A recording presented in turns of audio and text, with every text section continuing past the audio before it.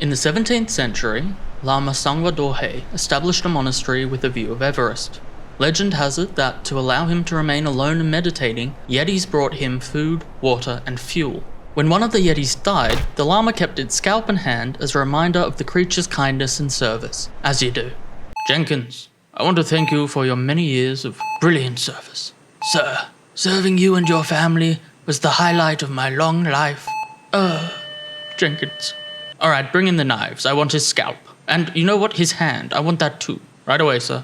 The hand and scalp remained at Panboche Monastery and was the main draw for many visitors. In 1958, explorer Peter Byrne went searching for the Yeti and stayed at Panboche Monastery. While there, he was shown the hand and was captivated by it.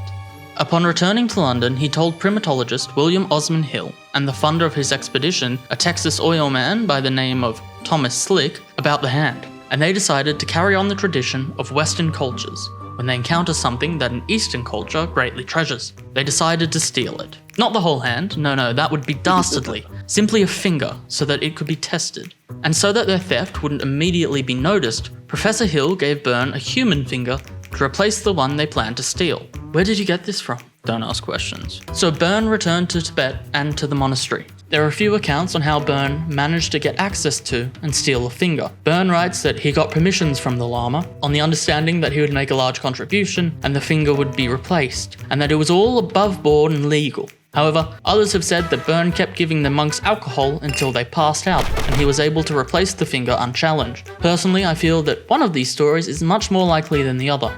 The alcohol one. With the finger in hand, Burns received a wire from Slick, telling him to go to Calcutta and meet the person who would smuggle the finger back to England. So, in Calcutta, Byrne meets none other than James Stewart, Hollywood star of films like It's a Wonderful Life, Vertigo, and Anatomy of a Murder. Supposedly, Stewart's fame would allow him to move through customs with less scrutiny. So, Gloria Stewart placed the finger in her lingerie case, classy, and smuggled it back to the UK through Heathrow Airport. The finger remained in Dr. Hill's private collection until it was bequeathed to the Royal College of Surgeons in 1975. In 1991, an American anthropologist claimed to have a fragment of the finger and allowed the show Unsolved Mysteries to test it, with the results showing that the finger was near human. This episode created so much interest in the hand that shortly after, the remainder was stolen from the monastery and remains missing to this day. The fragment in Dr. Hill's collections were rediscovered in 2008, having been lost due to the collection's poor categorization. The fragments were found in a box labelled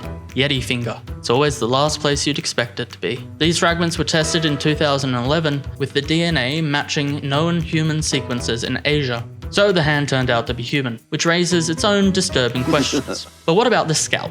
Although the Panboche scalp itself hasn't been tested, there are several other scalps in other villages and monasteries. In 1960, none other than Edmund Hillary, the first man to climb Everest, convinced locals to let them take an alleged Yeti scalp back with them for analysis. The scalp was analysed in Paris, Chicago, and London, and found to not only not be from a Yeti, but to not even be a scalp.